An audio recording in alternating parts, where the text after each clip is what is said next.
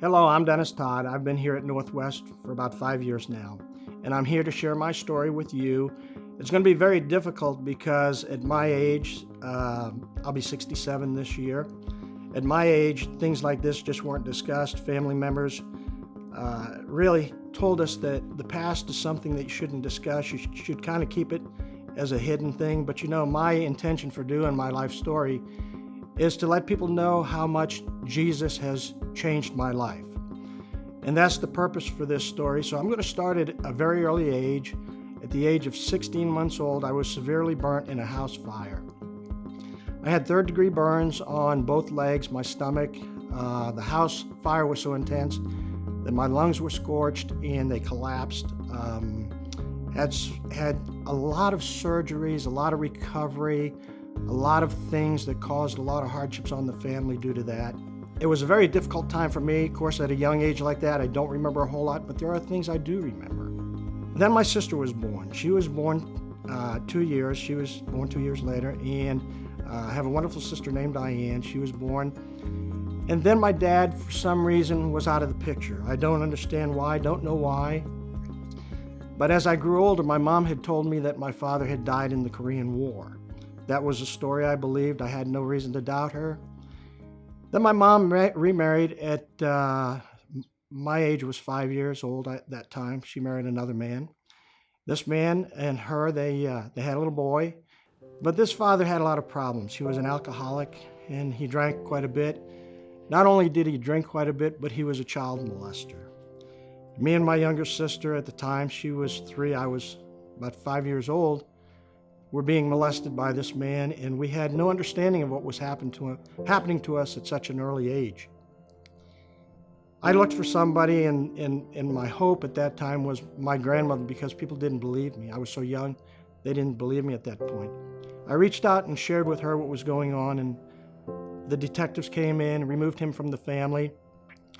The saddest thing about that is my mother allowed him to come back in the evenings, and when he would come back in, I was the object of abuse, again, this time more physical than anything. So I remember being there one night when he had been drinking quite a bit, and he was very angry because he couldn't live in the house anymore, and my sister was so little, she was only 2, she didn't know what was going on, just hearing the screaming and the yelling. I had an older aunt that was with me. She was 10 years old. She happened to be there with me, and as he was becoming abusive to us, she took me outside and put me in the backyard. While in the backyard, he was looking for me and yelling, I'm going to get you. You caused all this misery in my life and all this pain. I remember her taking me and putting me in a metal trash can. She stuck me in the trash can. She put the lid on it, and she said, "Dennis, just be quiet. Don't say anything." She said, "I'm going to run and get help. I'll run and get Grandma, and Grandma will come and get you." So I remember sitting there and not knowing what was going on, just hearing that voice, and then all of a sudden, here come Grandma. My wonderful saving grandmother reached over there, lifted the lid, and pulled me out. By that time, he was gone.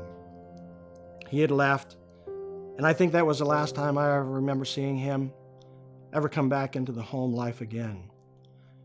At the age of 6, my mom became pregnant again. She was not married at this time. She was pregnant and already had us 2 children living with her, and didn't really want this child, so she decided to abort this child that she was pregnant with. I was outside playing, and while I was playing outside, it was time to go in the house and get something to eat. I went in the house, and there was my mom. She was laying on the floor, and she had hemorrhaged in a pool of blood. She was laying on the floor at that particular time. I didn't understand what was wrong with her, but I knew something was wrong, so I went across the street again. My grandmother, that person that always seemed to be there, went across the street, reached out to her. They ran over to the house, and there was my mom. I thought she was dead. She had self-induced an abortion with an instrument that I won't discuss, but it was very horrifying, and she had aborted this child. It wasn't a very good time for us in the neighborhood then, and we decided, I guess she had decided, that it was time to move, because after something like that, neighbors weren't too friendly of things like that. We didn't have their support, and so we moved to a place that was called the Projects, Great Brook Valley Projects. It was It was a housing complex in the city of Worcester, Massachusetts. We moved there, and in this place, it had a sign as you went into the complex. It said, 3,000 children live and play here. It was a very large complex. It was a multi-story complex that was interconnected. I went to school there, and it was full of a lot of difficulties. A lot of single moms were there with struggling families, struggling on their own, a lot of alcoholism. But I'm sure there were a lot of wonderful families, but because of our situation, I just didn't seem to connect with those wonderful families. I always ended up connecting with the ones that had troubles, the ones that were like me, the ones that were like our family, the ones that I could relate to. Those were the people I felt most comfortable around, and those were the ones that I connected with. While living in the projects, it was very, very difficult. We did things that at an early age we shouldn't have done. We grouped up in little gang-type things and did things that to this day I regret.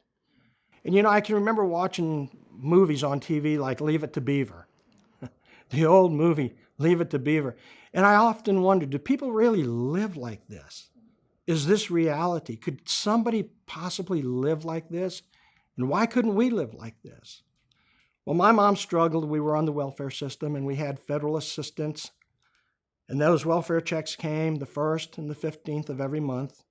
The first week, we ate great. Things were fine. She paid her bills and did the best she could. The second week things got a little difficult. And I can remember being hungry at times where we just did whatever we could eat. We ate mayonnaise sandwiches, macaroni and butter, things that were common in our family because those were the only things that we had at that particular time. And I'm telling you this story, not telling you this in anger to belittle my mother. I loved my mother. Without my mother, I wouldn't have life today. I wouldn't have the children that I have today. I wouldn't have the 23 grandchildren. Yes, 23 grandchildren that we have today. I love every one of them. I love my children. I wouldn't have that if it wouldn't have been for this mother that I have. I'm so grateful that God gave her to me. She had a lot of struggles in her life, and so now I'm going to step back and I'm going to share with you some of the things that caused her to become the person she was. At a very early age, my grandmother had 3 children right off the bat. They were born in I believe, the mid-20s. And her husband left her with 3 children, and it was extremely difficult. Times were very difficult then. She didn't have the support of her family. Her mother and father were very, very devout in the Catholic Church. She was not accepted for the things of that particular time that were happening in her life because her parents had higher expectations for her, and she failed. And the economy was terrible. She couldn't provide enough income for her children. Her husband had left her, and there she was with 3 children. So she placed all 3 of her children into an orphanage. The 3 children, there were 2 brothers and my mother. They were placed in an orphanage, and there they stayed for a couple of years. While in the orphanage, they were able to bring the children out and work on community farms at the time, and it just so happened that a farmer and his wife, who had no children, had decided to take my mom and to bring her into their home to help them with his farming. When she went to this farm, the farmer began to abuse her at an early age of 10 years old. She was repeatedly abused constantly. I can remember my uncle telling me when he shared the story with me that he would bring her into the barn and she would be just screaming for somebody to help her. And her 2 brothers couldn't do anything, so they just left the barn and went out into the field because they couldn't.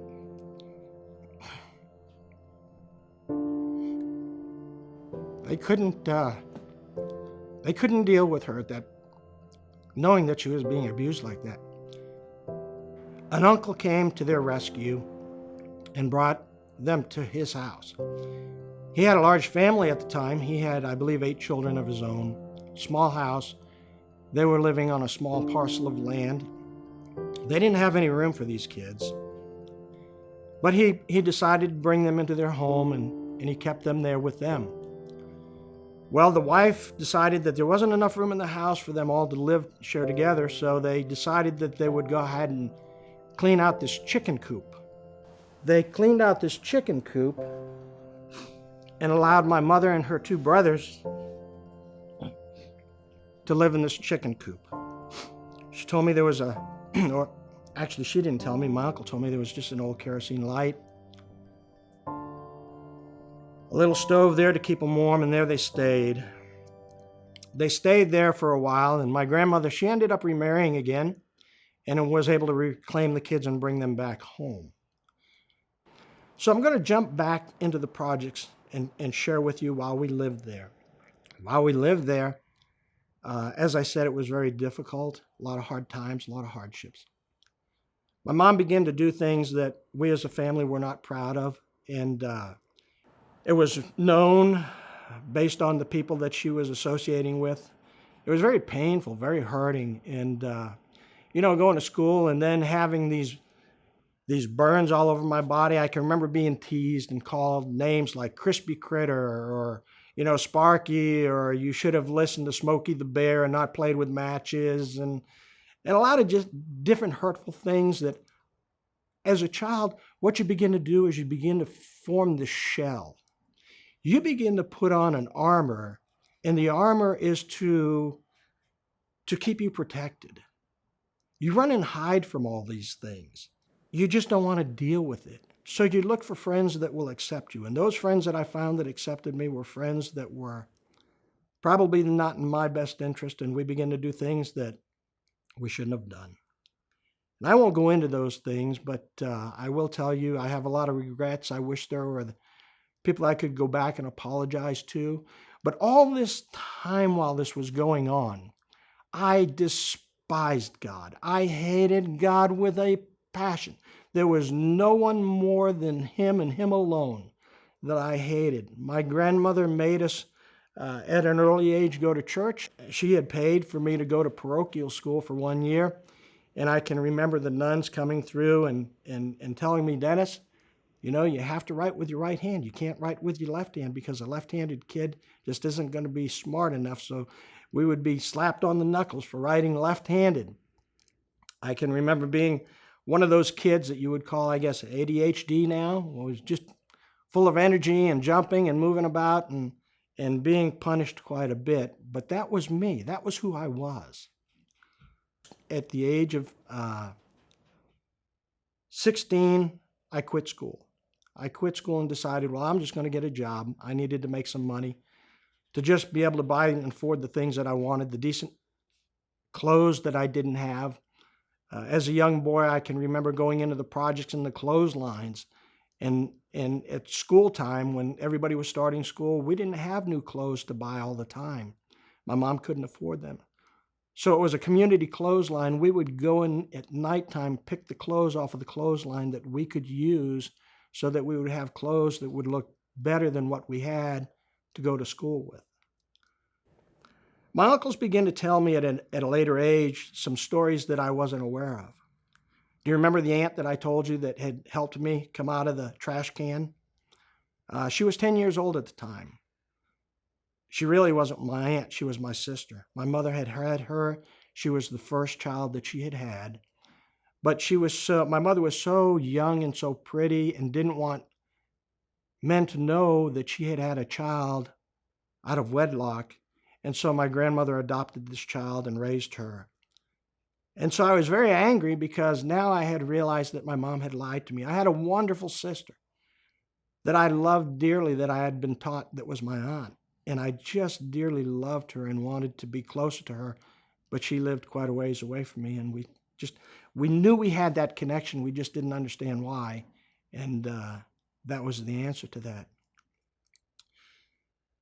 So my uncles began to tell me other stories of how my mother had told me, as I told you, that he was in the Navy and that he had died. Well, that was another lie.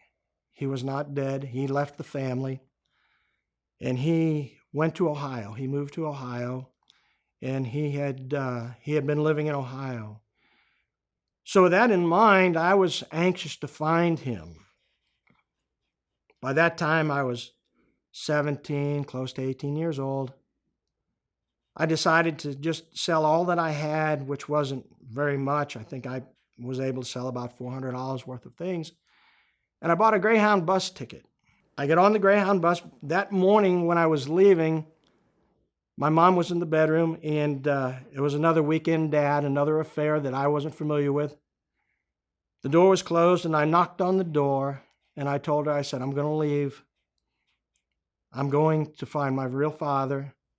And I can remember that door being closed. So like a big brick wall. And I knew that if I stayed there much longer, that I probably would have ended up in prison, because that's where a lot of my friends were, dealing and doing things with drugs and different things that they were doing. And I knew I had to escape that lifestyle, because I knew it was something that was going to just gravitate me into it, and I was going to end up deeper and deeper involved in that lifestyle. So I left, I said goodbye, I took my 2 suitcases, and here comes Grandma again. She was in her 50s when she got her driver's license, and she got an old Chevy. And I remember her taking me to the Greyhound bus station. And went to the Greyhound bus station, and there I got on a Greyhound bus headed for Indiana. I reached my destination, Indiana, knocked on the door, and there was an old woman that was there, answered the door, and she said, I thought I told you I didn't want any magazines. And she thought I was selling magazine subscriptions, and she shut the door in my face. I thought, oh my goodness, what am I going to do? I'm stuck in Indiana. Fortunately, I did have a round-trip bus ticket, but I didn't want to go back home, because I knew what would happen if I did. I knocked on the door again, and I told her, I said, I'm your grandson, Dennis, from Massachusetts.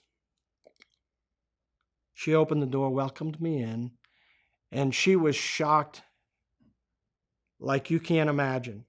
Here's a woman who was in her 70s, and this young man's walking in across her threshold, telling her that I'm here to find my father, that I know she has the answers, and I want her to tell me where he is. I stayed there for a couple of days, and an uncle, my father's brother, was contacted, and he contacted my dad. They decided to send me from Indiana back to Mount Vernon, Ohio, where I stayed with my uncle for 2 days until my dad could get off work. Well, you know, in my mind, when I found out my father was really alive, I created all these imaginary things in my mind. I believed he was going to be my salvation. He was going to be the person that was going to have 2 cars, the beautiful house, you know, the loving family, everything that I had wanted, that I had mentioned that I had seen on TV, like that Beaver family. I believed that that's exactly what I was going to have.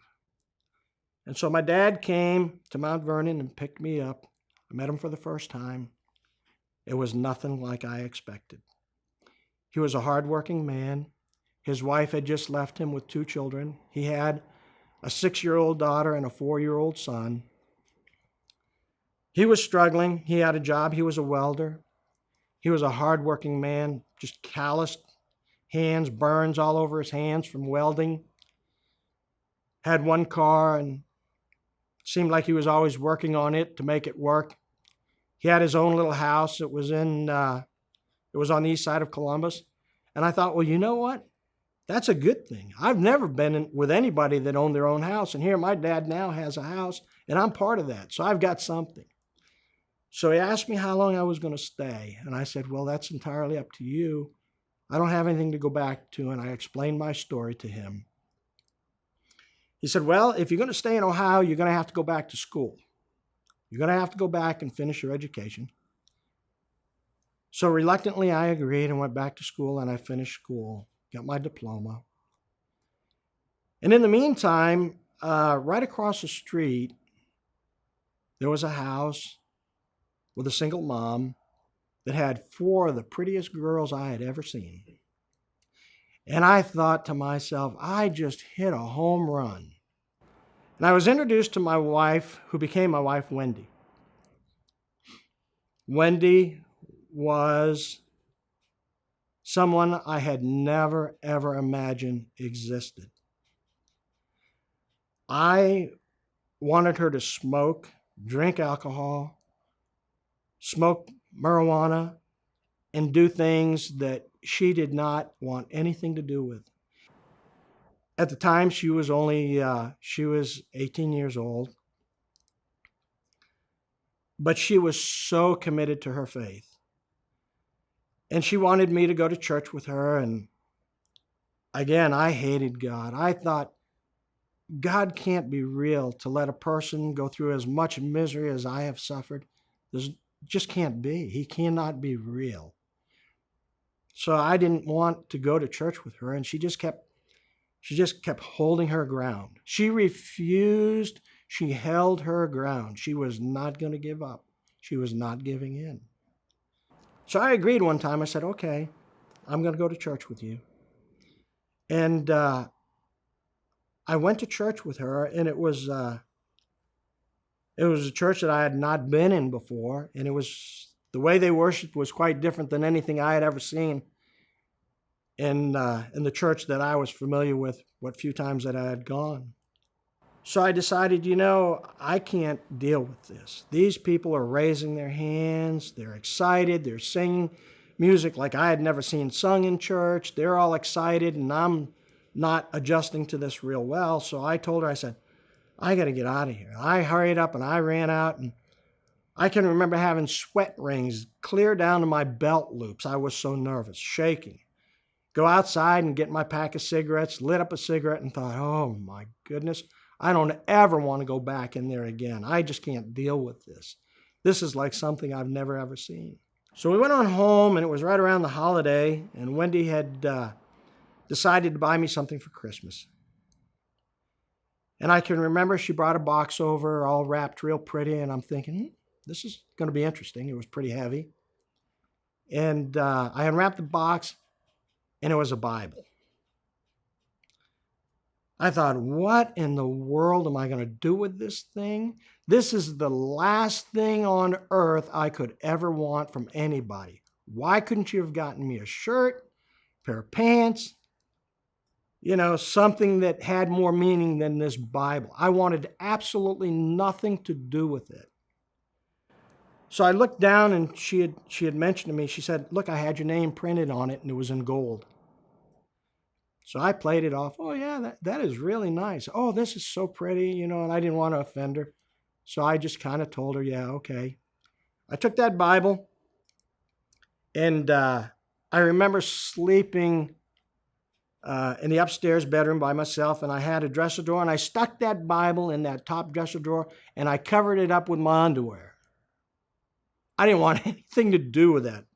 That was a horrible gift. Why in the world would you give me a gift like this? So I stuck that in that dresser drawer, covered it up with my underwear.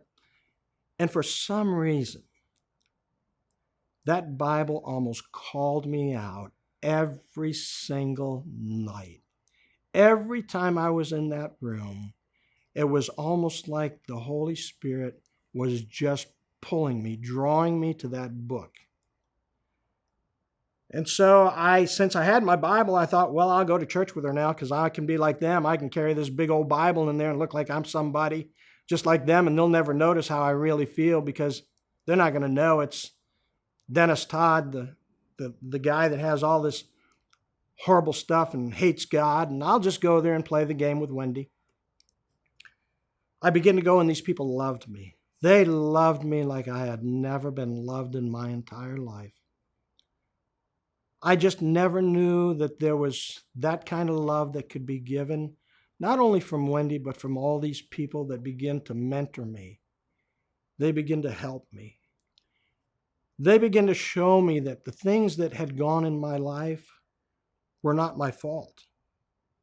When I was young, of course, those things weren't my fault. But as I become a teenager and older, those things were my fault because those were decisions that I made and chose to do of my own accord. I did that on my own. And that's why I say those things to those people, I I regret every day. So I began to go to church. There was an evangelist, and he came, and they were holding a service, and the power of God was so strong in that building. I'm telling you, them sweat rings were down there again. I just felt like I had nowhere to run. I was just at the end. I didn't know what to do. He gave an altar call. I went, and I remember kneeling down at that wooden altar, and I opened up my heart. I opened up, and that wagon of guilt, of shame, of heartache, of sorrow, of pain, I dumped that wagon at that altar. I can still remember that moment. It was just like I was lifted up, and all the pain, all the anger, all the anguish, all the regret, all the bitterness that I had had toward my mom and my family, all that was there beside me. And I had to do something with it. And so I remember just saying, God, if you're really real, now's my opportunity for you to show me. And it happened. It changed me like I had never experienced anything in my life before. Jesus had met me at that altar. And it wasn't a verbal exchange between he and I. It was something that happened in my mind and in my heart. And the Holy Spirit introduced me to the one who died on the cross, shed his blood, and allowed me to accept him and release all this. I remember driving home from church that day, and it was like somebody took a pair of sunglasses off of my eyes for the first time. I seen the world. It just looked like it had just totally changed. I didn't understand it. Here's a good old Catholic boy that was experiencing things in his life that I didn't know existed. I started carrying that big old Bible to school with me. Had my name printed on it. And in shop class, I was the guy that was always running in the bathroom, smoking, and practical jokes, and doing stupid stuff and getting in trouble. Now all of a sudden, I'm carrying, instead of a pack of cigarettes, I'm carrying a Bible. And I'm telling these people how my life had been changed. I was a changed person. I was new. I was somebody I had never knew existed inside of me. And that was because God had brought forth something that was there. He just showed me that he was able, once I was willing to meet on his terms, he was able to bring that change.